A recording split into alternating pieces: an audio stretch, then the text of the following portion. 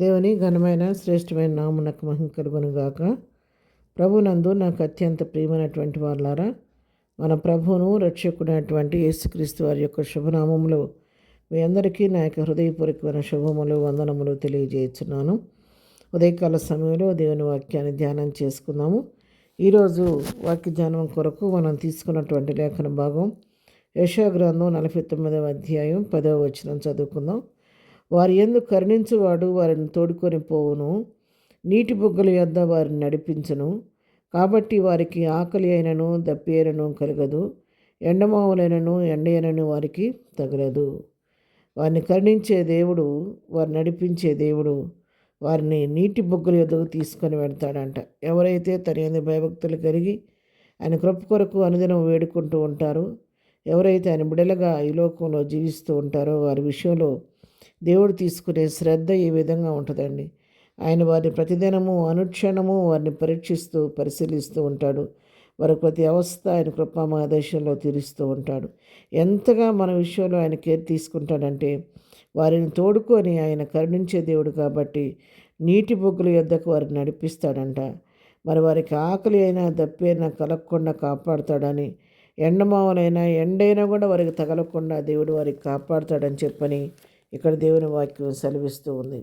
ప్రియులారా, ప్రకటన గ్రంథంలో కూడా మనం చదువుకుంటే 7వ అధ్యాయం 16వ వచనం 17వ వచనం చదువుకుంటే, వారికి ఇక మీదట ఆకలి అయినను దాహమైనను ఉండదు, సూర్యుని ఎండ అయినను ఏ వడగాలి అయినను వారికి తగులదు.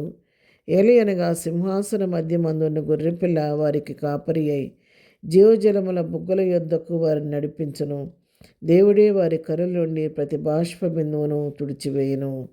ఈ శ్రేష్టమైనటువంటి వాగ్దానము ఎవరైతే యేసు రక్తంలో కడగబడి నీతిమంతులుగా తీర్చబడి ప్రభు కొరకు ఆయన మరి రాజ్యం కొరకు ఎదురు చూస్తూ ఉంటారో, ప్రభు రాకడ కొరకు ఎదురు చూచేవారికి ప్రభు ఇవ్వబోయేటువంటి ధన్యతని గురించి ఇక్కడ రాయబడింది.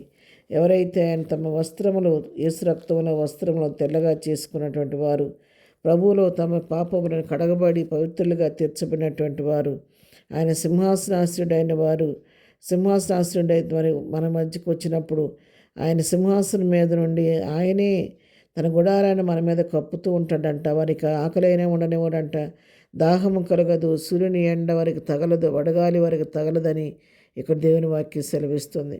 మరి గొర్రెపిల్ల సింహాసనం మధ్య మందని గొర్రెపిల్ల వారి కాపరిగా ఉంటుందంట. మరి జీవజలముల బొగ్గుల యొద్దకు వారిని నడిపిస్తాడని, వారి కనుల నుండి ప్రతి బాష్ప బిందువును తుడిచివేయనని చెప్పి దేవుని వాక్యం ఇక్కడ సెలవిస్తుంది. ప్రియులారా, మనం ఎప్పుడైతే ప్రభువును ఆశ్రయించుకొని ప్రభువునందు ఆనందిస్తూ ఉంటామో, ప్రభు కృప కొరకు వేడుకుంటూ ఉంటామో, ప్రభు ఆ విధంగా మనల్ని నిత్యము కాపాడుతూ సంరక్షిస్తూ ఆయన మనకు తోడుగా ఉండి మనం నడిపించే దేవుడై ఉన్నాడు. కాబట్టి మరి ఉదయకాల సమయంలో దేవుని వాక్యం వింటున్నట్టు మనము మరి ప్రభు యొక్క సహాయం కొరకు వేడుకుంటూ ఆయన సన్నిధిలో మరి ఆయన కృప కొరకు వేడుకున్నప్పుడు ఆయన మనం ఎన్నడూ విడువక ఎడబాయిక మన ప్రతి అవస్థ తీరుస్తూ మన ఆకలైన దప్పికైనా లేకుండా ఆయన కాపాడే దేవుడై ఉన్నాడు. యోహాను సువార్త 6వ అధ్యాయంలో కూడా మనం గమనించినట్లయితే 35వ వచనం, అందుకు యేసు వారితో ఇట్లనెను, జీవాహారము నేనే, నా యుద్ధకు వచ్చేవాడు ఏమాత్రము నా ఆకలి కొనడు, నా యందు విశ్వాసం ఉంచేవాడు ఎన్నడనూ దప్పుకొనడు. కాబట్టి ఆయన యందు మన విశ్వాసం ఉంచితే, ఆయన యుద్ధకు మనం వస్తే ఆయనే జీవాహారమైన దేవుడు. కాబట్టి జీవజలముల యోటల యుద్ధకు నిన్ను నన్ను నడిపించి ఆ జీవాహారం మనకు తినిపించి జీవజలమును మనకు త్రాగించి మన కృపలో బలపరిచే దేవుడై ఉన్నాడు. అటు దేవుడిని మనం కలిగి ఉన్న మనం ఎంతైనా ధన్యులమై ఉన్నాం ప్రియులరా.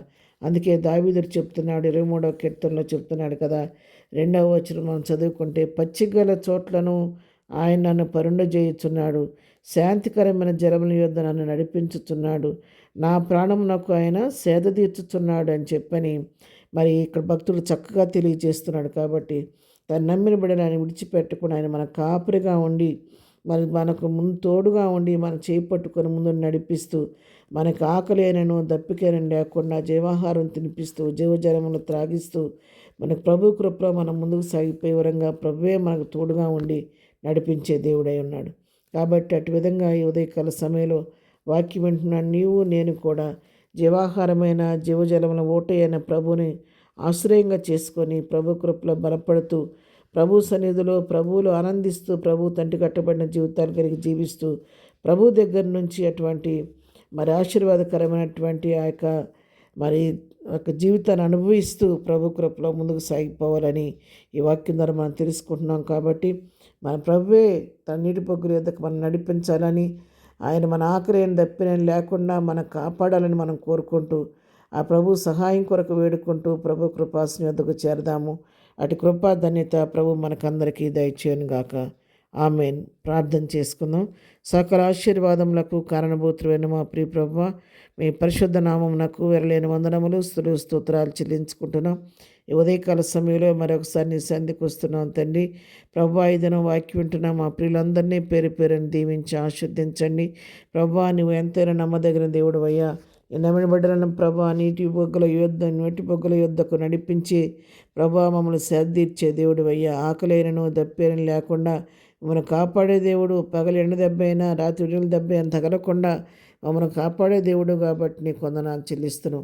ఈ దినం తండ్రి నీ యొద్దకు నీకు శ్రేష్టమైన దీవెన కొరకు విశ్వాసంతో నీ సన్నిధికి వచ్చిన నీ బిడ్డలందరినీ దీవించండి, ఆశీర్వదించండి. నీటి బొగ్గుల యుద్ధకు వారిని నడిపించండి, వారి ఆకలి దప్పికలు తీర్చండి. ప్రభా, జీవాహారమైన నీవే, నీ జీవజల ఓటతో జీవాహారంతో మమ్మల్ని తృప్తిపరిచి దినదీవెనతో నింపి నడిపించమని, బిడ్డలందరూ చేస్తున్న పనిపాట్లో నీ కాపుదల దయచేయమని, ఇది నా ఆశీర్వాదాలతో ప్రతి వారిని నింపి నడిపించండి.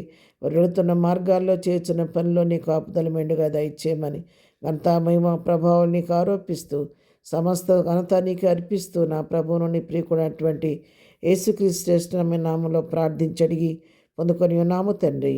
ఆమెన్. ప్రభు కృప సదాకాలము మనందరికీ తోడయుండి నడిపించును గాక. ఆమెన్.